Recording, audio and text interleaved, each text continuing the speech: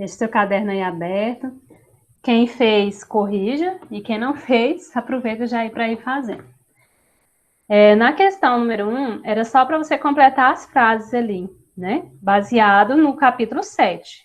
Ok, gente? Não era nada para tirar da sua cabeça, só colocar lá e preencher, não, tá? Baseado lá nos textos do capítulo 7. E lá você tinha, ao se falar em energia, está se falando em radiação. Podem ser ionizantes e não ionizantes.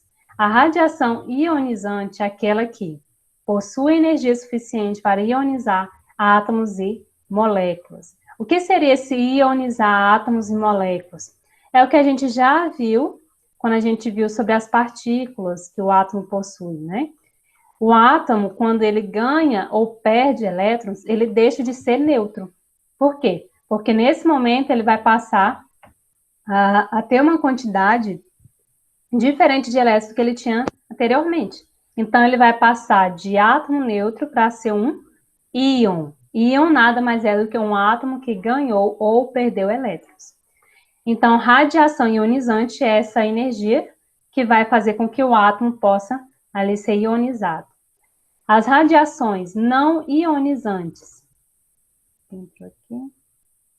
Já as radiações não ionizantes não possuem energia suficiente para ionizar a matéria. Assim, não alteram a estrutura molecular, mas podem causar aumento de temperatura e agitação das moléculas. Ou seja, você observa que quando a gente fala de átomo, a gente está falando sempre de energia. Só que não é aquela energia elétrica que a gente conhece. Energia em química, ela vai ter várias definições, né?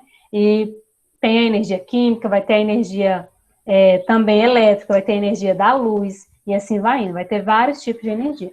E aqui você observa que vai ter essa energia que vai estar relacionada à radiação, que é exatamente essa incidência de raios de alguma forma. Esses raios podem ser ionizantes, que transformam o átomo em íon, que ganha ou perde elétrons, ou também não ionizante. Aí já na questão 2, te perguntava com relação a como os elementos eram dispostos antigamente na tabela periódica. Antes, eles eram definidos ali em ordem crescente de massa atômica. Senhora, ainda é assim? Não. Hoje em dia, a tabela é classificada em ordem crescente, ou seja, do menor para o maior. Só que de quem, gente? Do número atômico, ok? Por isso que você observa lá que tem 1, 2, 3, 4 em linha horizontal, tá? Vai crescendo em linha horizontal do número atômico.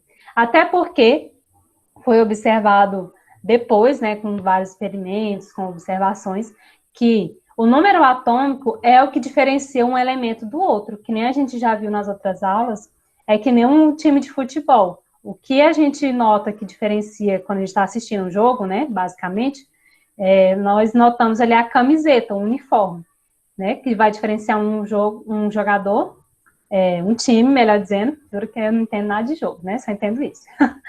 Você vai diferenciar um time do outro, o uniforme. E o elemento da mesma forma, o elemento químico na tabela, você vai diferenciar ele basicamente, principalmente pelo número atômico. Se tiver o número atômico 1, eu sei que é o hidrogênio. Mas se ele tem outro número atômico, já sei que não é mais o hidrogênio, é outro elemento. 3. Representavam apenas um simples número de ordem na tabela. Deixa eu só verificar bem aqui, porque eu não coloquei as perguntas, geralmente eu coloco. E aí fica complicado para só lembrar exatamente o que estava dizendo lá, né? Deixa eu ver aqui. Tá. Questão 3. Inicialmente, que representava os números atômicos? Representava apenas um simples número de ordem na tabela.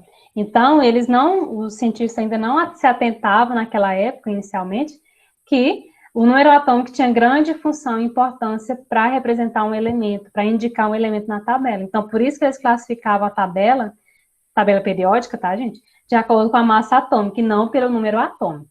Aí depois, que você vai observar que teve essa mudança. Aí na questão 4, o que afirma a lei de Moseley? Moseley foi um cara assim, que foi fundamental ali na questão da criação da tabela periódica. E a lei dele dizia, o número atômico Z representava o número de cargas positivas do núcleo de cada átomo, e, portanto, estava relacionado às propriedades dos átomos. E até hoje a gente sabe disso, que o número atômico representa para nós as cargas positivas. Por isso que a gente tem aquela definiçãozinha que a gente já viu anteriormente, em que P é igual a Z. Lembra? Prótons, que são cargas positivas, é igual ao número atômico, que é representado pela letra Z. Agora, a questão 5. Como foi resolvida a explicação para o fenômeno da isotopia após 1932? O que é esse nome fake, isotopia? Iso significa igual. Esse topia aqui vai estar relacionado, esse P, relacionado a prótons, tá? Carga positiva. Então, como foi resolvida a explicação para esse fenômeno?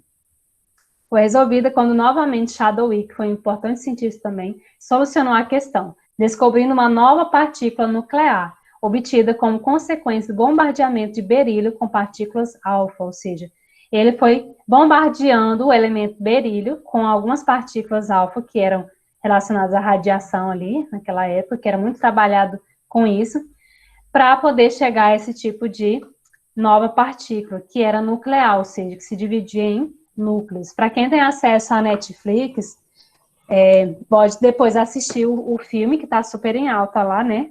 Radioactive, que vai contar a história da Marie Curie, que foi uma das importantes cientistas que descobriu alguns elementos radioativos, e ela teve esse importante papel na ciência de chegar, por exemplo, ao descobrimento, né, da radioatividade. E em um outro momento também eu quero passar um trecho do filme para vocês, também para a gente realizar alguma discussão, tá? 6. O que os nêutrons explicam com relação às massas atômicas? Os nêutrons, eles explicam tanto a diferença de massas atômicas dos isótopos, ou seja, aqueles que possuem o mesmo número de prótons, uma vez que as propriedades físicas dependem da massa, como também a igualdade no seu comportamento químico, já que isso é a função das cargas elétricas existentes nos átomos. Todas essas respostas, gente, do jeito que está aqui, estava lá no seu livro, nos textos do capítulo, tá, gente? Estava tudo basicamente quase que na mesma sequência. Então, você observa que os nêutrons, que são aquelas partículas que não têm carga, elas vão estar diretamente relacionadas ali na diferença de massa atômica daqueles que são isótopos. Por quê? Porque a propriedade física de um elemento vai depender também da sua massa. 7. Quais são os nomes dos isótopos do hidrogênio? Vocês vai saber que o hidrogênio ele possui alguns isótopos. O que seria isótopos, nesse caso do hidrogênio? Vai ser o hidrogênio, tendo ali, deixa eu escrever aqui, o hidrogênio tendo ali o mesmo número atômico, por exemplo, vou colocar assim, ok? E diferente número de massa. Você observa que o número atômico foi o mesmo, só que o número de massa foi diferente. Então, nós vamos dizer que são isótopos do hidrogênio. Aí a questão diz, quais são os nomes dos isótopos do hidrogênio? Prótio ou hidrogênio comum, deutério ou hidrogênio pesado e trítio ou hidrogênio superpesado. Então, nós temos ali, ó, quem seria o prótio? Esse primeiro aqui, ó, ok? Depois, o segundo seria ali o deutério e, por último, o trítio. Então, esse aqui é o deutério e, por último, o trítio. O hidrogênio, ele é considerado um dos elementos mais abundantes também que nós temos aí no universo. 8.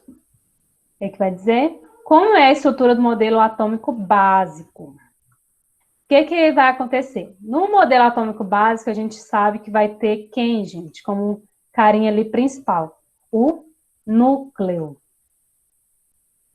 Quem é o núcleo? Ele é a região central ali que vai ficar no meiozinho do átomo. E ele vai ter dois tipos de partícula, que são os prótons, que é carga positiva, e os nêutrons, que é sem carga. E ao redor, o que a gente vai ter? O que nós chamamos de eletrosfera. O que é eletrosfera? É o local que vai ficar ao redor do núcleo e que vai conter ali os elétrons, ou seja, a carga negativa. Então, o modelo básico do átomo possui isso, que a gente já viu anteriormente também nos modelos atômicos, que o átomo não é indivisível, pelo contrário, ele é divisível, ele tem várias subpartículas, ele tem partículas ainda menores do que essas aqui, e cada vez mais estão sendo descobertas. 9. Por convenção, como são indicados o número atômico e número de massa de um elemento químico? Faça a representação de um elemento genérico. E lá no seu livro você tinha também o exemplo. Geralmente se escreve à esquerda, e geralmente fica ali o número de massa em cima e o número atômico embaixo. Geralmente, tá? Mas vai depender também da sua questão, da tabela periódica, de como está sendo representado ali. Mas geralmente é assim. 10. Porque a massa do átomo é sempre menor que a soma das massas isoladas das partículas. Porque quando prótons e nêutrons se reúnem para formar o núcleo, ocorre o que nós chamamos de perda de massa, que é transformada em energia. Essa energia é então utilizada para manter juntos os chamados núcleons. Olha, é diferente de núcleo, tá? O que é os núcleons? É a junção do próton e do nêutron. Então, você observa que quando há essa perda de massa, ela é transformada em energia. E lembra daquela frasezinha, gente, na natureza nada se perde, nada se cria, tudo se transforma. Então, o que é que vai acontecer? Mesmo que a gente tenha essa perda, ela vai ser transformada em quê? Em energia. 11. Como é feito o cálculo da massa atômica dos elementos? É feito como, gente? Pela soma das multiplicações da massa atômica pela abundância isotópica dividido por 100. Se você for ver lá na tabela periódica, como é que eles chegaram, por exemplo... Deixa eu só pegar aqui um exemplo. Como eles chegaram, por exemplo, aqueles números de massa que tem lá na tabela de cada elemento. Não foi de qualquer jeito. Até porque a gente viu, por exemplo, o hidrogênio. Eu não tenho só um tipo de hidrogênio na natureza. A gente acabou de ver aqui, ó, que eu tenho 3 tipos de hidrogênio. Como é que eu ia saber qual desses 3 aqui que eu ia pôr na tabela periódica? Se cada um tem um número de massa diferente. Exatamente fazendo esse cálculozinho aqui, ó. Pegar a soma das multiplicações da massa atômica pela abundância isotópica dividido por 100. E ali eu chegaria a um resultado que seria o resultado que aparece lá na sua tabela periódica. E ali eu pude definir, então, que o hidrogênio que iria aparecer lá na tabela periódica seria esse aqui, o primeirinho ali, ó, em que você observa que está com o número atômico 1 e o número de massa vai estar 1,0079, que é bem detalhado ali. Então, mas isso você não precisa se preocupar, é só para você saber de onde que veio, que não veio do além. Eles fizeram vários cálculos para poder chegar a essas conclusões. Hoje, a gente já tem de boa a tabela pronta, a gente só tem que consultar e aprender a como utilizar ela. Agora, imagine naquela época, sem recurso, sem instrumento, ou com poucos instrumentos, sem muita tecnologia, chegar a essas conclusões. É isso que eu acho mais louco na ciência. Se eles, naquele tempo, conseguiam fazer isso e chegar nessas descobertas, por que hoje a gente não avança tanto assim, né? Ou avança, mas às vezes poderia avançar um pouco mais, já que tanta tecnologia que se tem hoje, né, quando a gente analisa. E a 12. 12 vai dizer, quando um íon é formado? Isso vocês já estão careca de saber. Quando um átomo ou um grupo de átomos ganha ou perde elétrons. Ele vai deixar de ser neutro, porque ele agora vai ter uma mudança na quantidade de carga negativa que ele possui.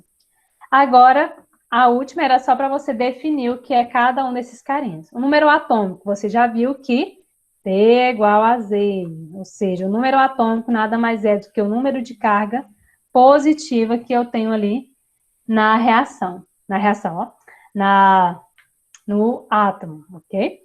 Então, número atômico. Número atômico é esse número de cargas positivas, prótons, que existem no núcleo dos átomos. Elemento químico é um conjunto de átomos que tem o mesmo número atômico. Então, por isso que a gente vê que hoje a tabela é representada basicamente de acordo com a ordem crescente do número atômico, porque é o número atômico que define cada elemento. Isótopos, e isso significa igual. P vai te indicar que vou ter igual número de prótons e diferente número de massa. O que é o número de massa? Não é uma massa em si, é apenas um número que indica a quantidade de partículas do átomo cuja massa é relevante. Ânion simples. Ânion e cátion são os nomes que a gente dá para os íons, ok? Ânion é quando eu recebo elétrons e fico negativo. Cátion é quando recebe, ou melhor, perde elétrons e fica positivo. Agora, por que eu vou chamar de simples? Exatamente por causa disso aqui, ó. Quando um átomo ganha elétrons e fica com excesso de carga negativa, ele se torna um íon simples negativo, ou seja, um ânion simples, é quando um átomo. Agora, se ele tiver mais de um átomo ali, nós vamos dizer que é ânion composto. Cátion simples. Quando um átomo perde elétrons e fica com falta de carga negativa, ele se torna um íon simples positivo, ou seja, um cátion simples. Valência. Valência é algo que vocês viram um pouquinho com relação à distribuição eletrônica, tá? E vão ver um pouco mais na frente, tá? Com relação às ligações químicas, que é exatamente o quê? É o número de elétrons que os átomos de um elemento, melhor dizendo, ganham ou perdem para formar uma substância estável. Ou seja, nós temos lá a camada de valência, né? Que a gente viu lá na distribuição eletrônica. O que vai acontecer ali na camada de valência? É exatamente a camada do átomo em que nós vamos ter ali o maior nível de energia, que geralmente é a camada mais externa, que está mais longe do núcleo. E valência também vai estar relacionado à estabilidade do átomo, o quanto ele está estável ou o quanto que ele está instável. Okay? E, por último, íons compostos são formados por um grupo de átomos que juntos ganharam ou perderam um ou mais elétrons, conforme eu havia falado antes. Então, aqui é só um geralzão, tá? Com relação a algumas partes principais do capítulo 7, tá? Só para mesmo vocês revisarem e também aprender algumas coisas que talvez não ficaram tão claras antes, tá bom? Então, aqui, ó, eu quero frisar, repetir, enfatizar isso aqui, ó. Elemento químico, gente. Elemento é diferente de substância. Vou até perguntar aqui para vocês. Vamos ver se alguém consegue responder. Isso aqui é um elemento ou é uma substância, gente? H2O. Um elemento, uma substância. Substância. Isso, substância. E agora esse C aqui? Ele é um elemento ou é uma substância? Elemento, ok? Então, como é que eu vou saber? Como é que eu vou adivinhar? Qual é a diferença de um para o outro?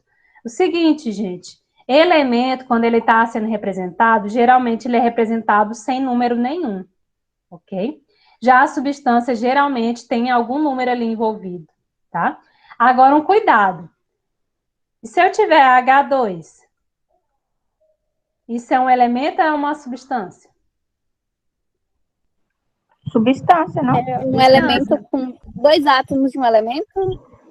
2 átomos de um elemento que formaram uma substância, ok? Mas eu não posso dizer que o H2 é um elemento. Eu tenho que dizer que aqui é uma substância, ok? Por quê? Porque ali eu tenho átomos que formaram uma substância. Agora, elemento por si só, ele não está formando substância nenhuma, ele está ali solto, entre aspas, na natureza, ok? Já a substância não, a substância, ela pode ser simples, com um elemento só, ou ela pode ser composta com mais de um elemento, ok?